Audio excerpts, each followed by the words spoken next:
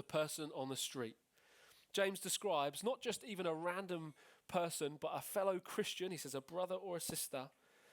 And he describes them as being cold and hungry, and that we would come across them in the street, say, for example.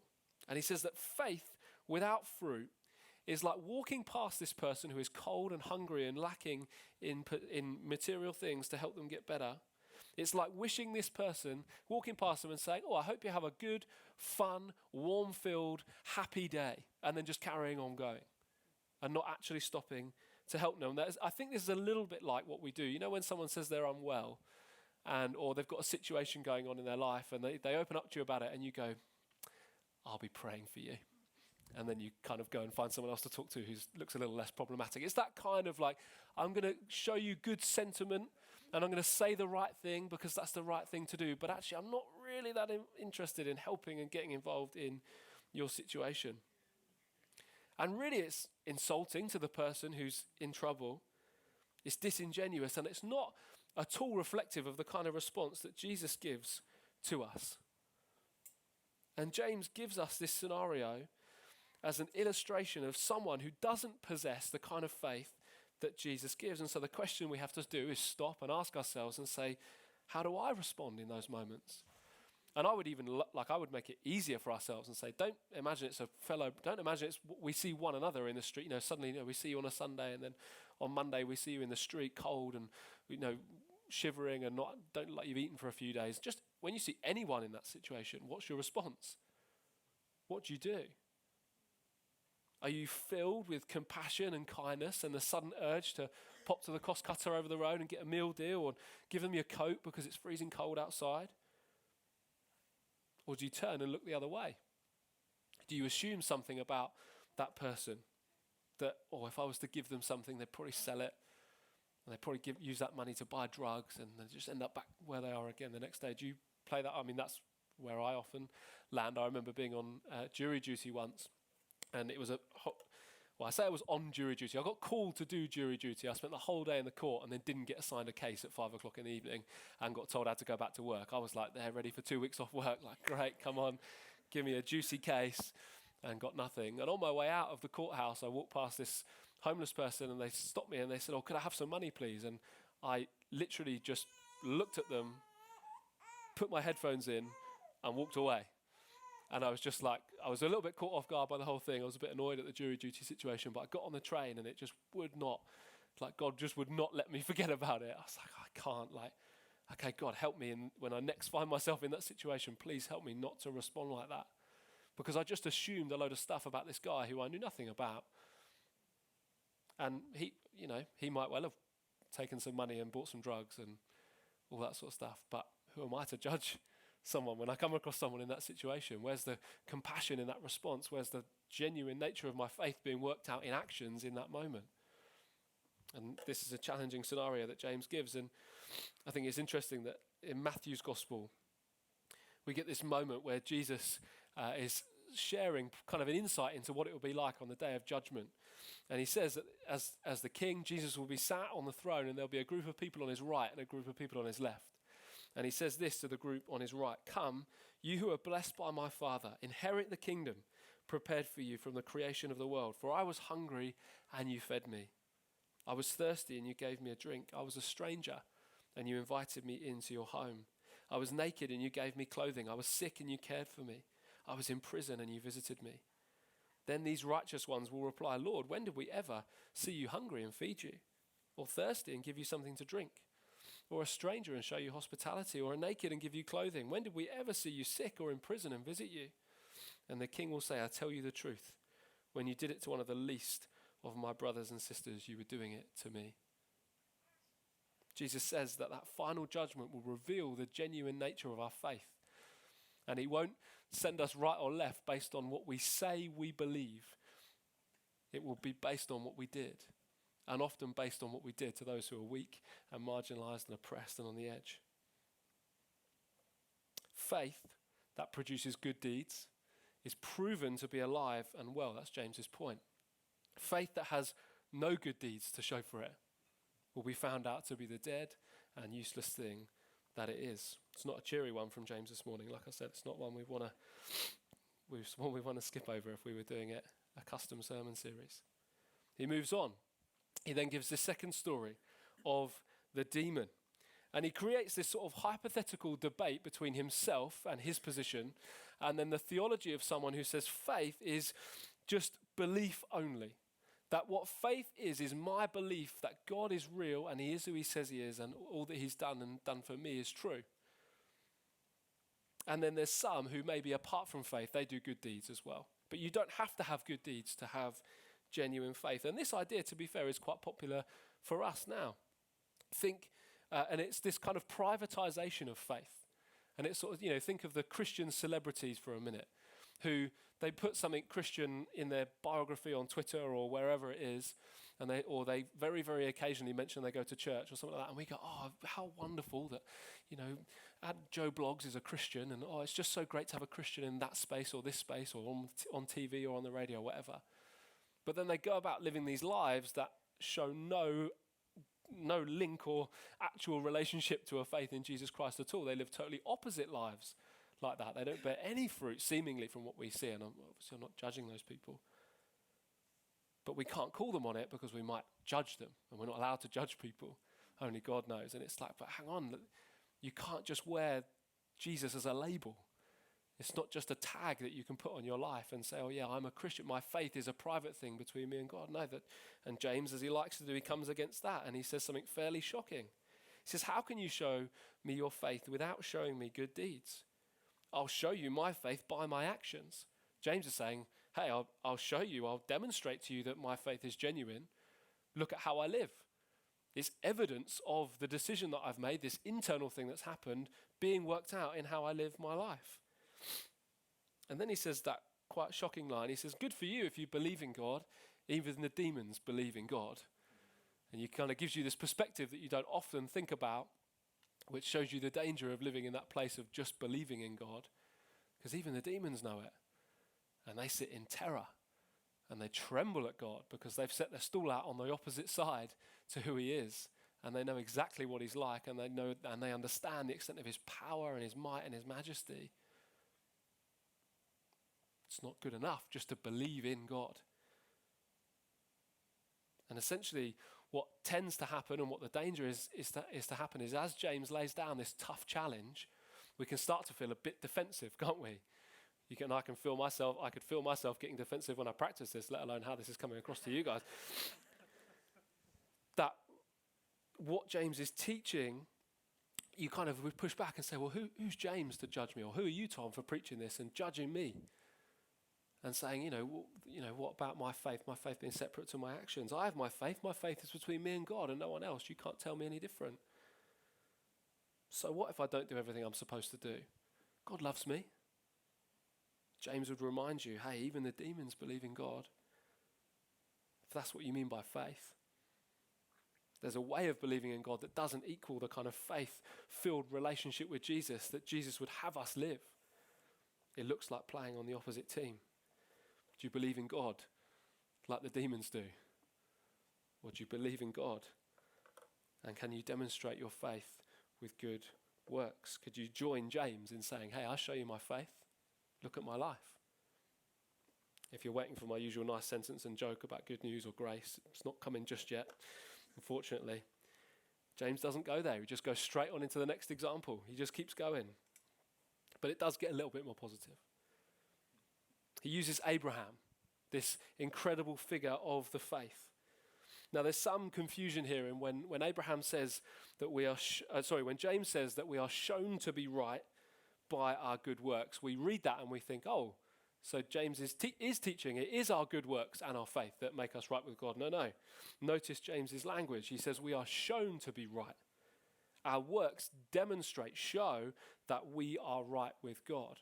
He's not saying that Abraham's works equal his salvation. He's saying Abraham's faith equals salvation, but his faith is demonstrated by his works. Abraham doesn't get to claim credit for the righteousness given to him, but his action of laying his son Isaac on the altar was evidence of genuine faith at work in his life. Remember with me what I said about the links between these four stories. That these middle two, both this story and the demon story, show that faith dynamics at work between us and God. They show us that faith produces an obedience to God himself and a trust in who God says he is and who he proves himself to be. Faith is believing God and then living according to that belief. Abraham believed God, and then he lived his life, particularly in this moment of sacrifice, according to the truth of that faith. Now, don't forget, for Abraham, it wasn't just, and I say wasn't just, like we're talking about a child sacrifice story, but it wasn't only his son at stake. Abraham was promised by God that through this child, there would be a blessing for all the nations throughout a generation and generation of descendants that would be as numerous as the stars. It was God's word on the line here as well. And despite you cannot get your head into this gear that Abraham had to get his head into. Like, go and sacrifice your son and all. Oh, okay. Whoa, no, I've got some questions. To get yourself into that position, it's not just Isaac on the line. It's the whole of God's plan and promise on the line. And despite the harrowing and traumatic nature of what God is asking him to do, he does it. His actions demonstrate that he is right with God. Do yours. Do yours. I'm really not dressing it up this morning, I know. Do your actions reveal that you're right with God? Do they demonstrate the connection between you and God? Or do they reveal that your faith and your trust are elsewhere? Despite the fact you call yourself a phone.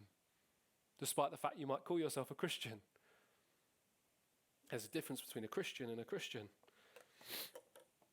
And finally, he finishes with Rahab, and I love that he finishes with this story because I think it's the first time the beat comes up a little bit in this little passage of James. And it's a story that Adam preached on a while back in our series looking through the book of Joshua. It's about how Rahab, who's a prostitute of the godless city, gives refuge to the spies of Israel. And she, by giving them safe passage, both in her home and then out of the city, she puts her trust in God. And she sends them away safely, free from harm at the hands of her own people. Now, Abraham, who we'd heard about, he's an impressive guy by biblical standards. He's not without flaws, but he's got story after story, big chunk of the Bible dedicated to his faith-filled decisions and the ramifications of those decisions. He's got a long line of good deeds evidencing the genuine nature of his faith. Rahab has one. Rahab was not a person of upstanding social, standard. She's someone we're introduced to very quickly, and we would get one of her decisions. That one act of sheltering God's messengers demonstrated that her faith was alive and well, despite not even belonging to the right ethnic group of people at the time. And that gives me a lot of hope. Like I said earlier, James is a pretty strong preacher and a pretty strong writer.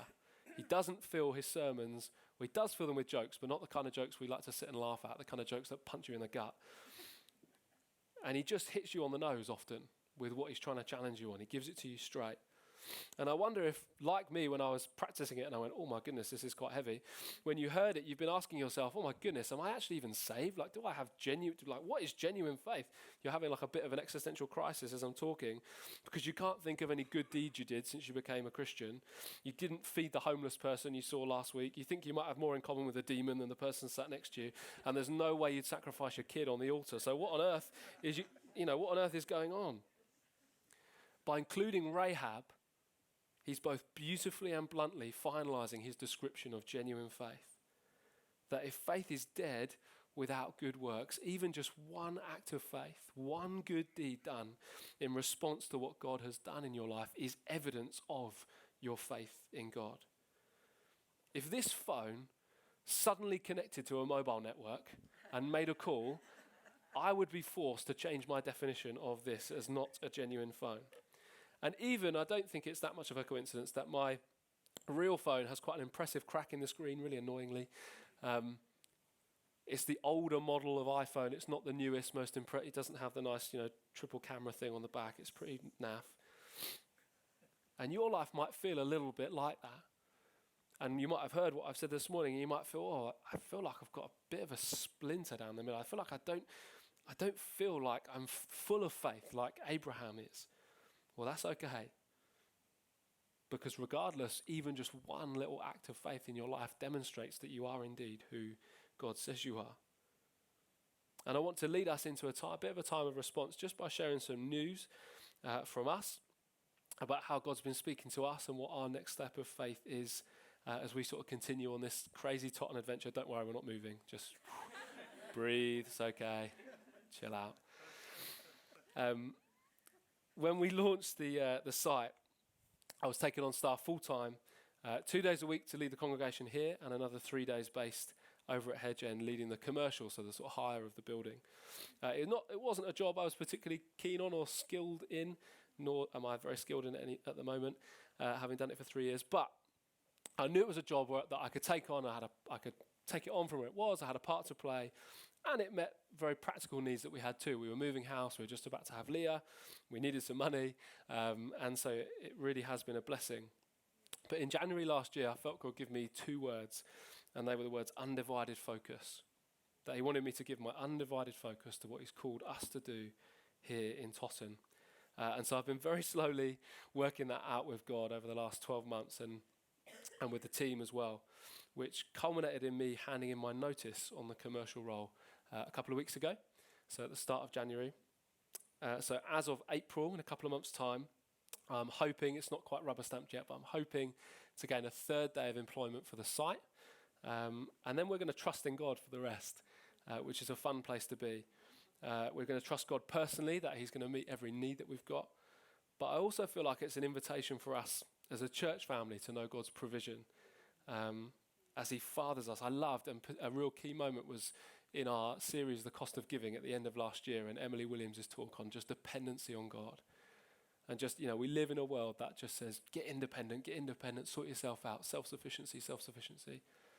And the invitation of relationship with God is to be dependent on him, to allow him to be our Father, to provide for us, to make space for him to do that in our lives. So we're trusting in God there, but also we believe there's some promises over us as a congregation and as a family that we're yet to see fulfilled, that we want to see God fulfill in the next year. Promises that we would grow.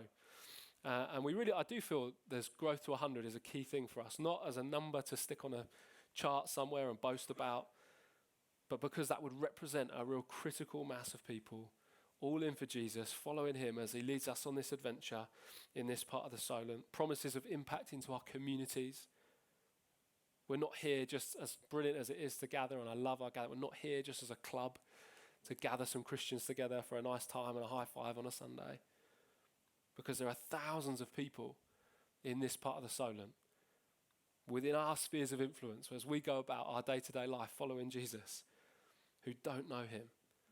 And he's everything they need to hear about. And we can, in God's grace and in his plan, be used by him to reach them. And in a staff meeting recently, we had to write down why we do what we do. And this was quite fun. And I focused Totton, I didn't focus the commercial, because at that point I'm like, well, let's just go. And I said this, personally, I want to be all in on God's plan for my life. And that involves being totally obedient to him.